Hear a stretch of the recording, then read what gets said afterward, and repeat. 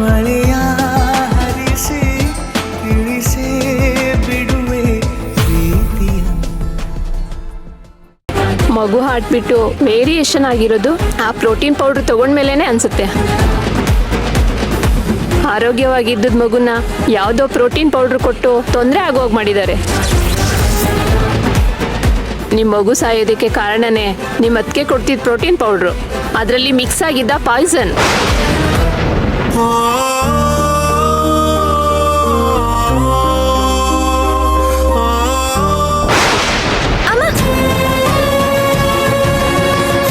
ಏನಾಯ್ತು ಪೂಜಾ?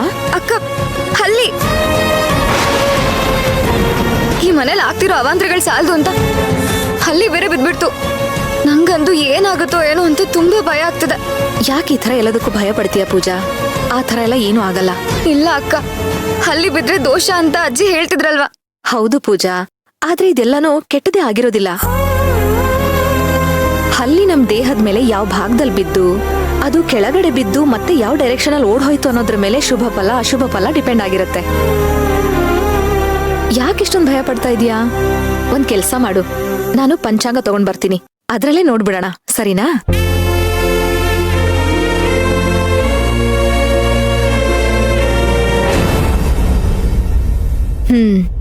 ಇಲ್ಲಿದೆ ನೋಡು, ಓದ್ತೀನಿ ಕೇಳು.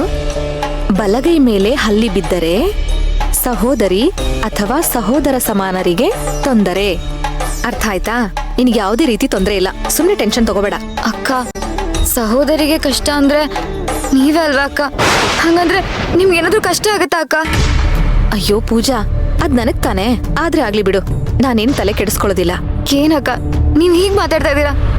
ನಿಮಗ್ ಕಷ್ಟ ಆಗತ್ತೆ ಅಂದ್ರೆ ಭಯ ಆಗ್ತಿಲ್ವಾ? ನೋಡು ಪೂಜಾ, ಮೊದಲನೇ ಸಲ ಕಷ್ಟ ಬಂದಾಗ ಅಯ್ಯೋ ಯಾಕಪ್ಪ ಕಷ್ಟ ಬಂತು ಅನ್ಸುತ್ತೆ, ನೋವು ಆಗತ್ತೆ. ಆದ್ರೆ ನನಗ ಕಷ್ಟಗಳು